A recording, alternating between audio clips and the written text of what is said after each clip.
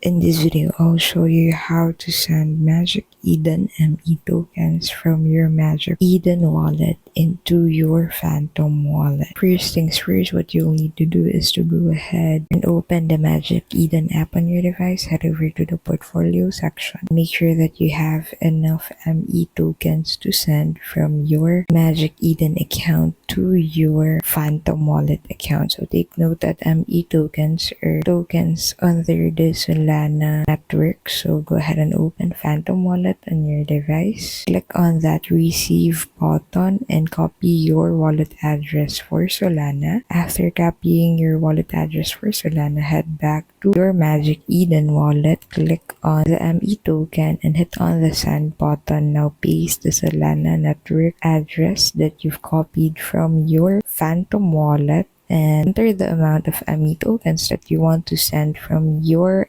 Magic Eden wallet to your Phantom wallet. And that's it. Thank you so much for watching, and we'll see you in the next video.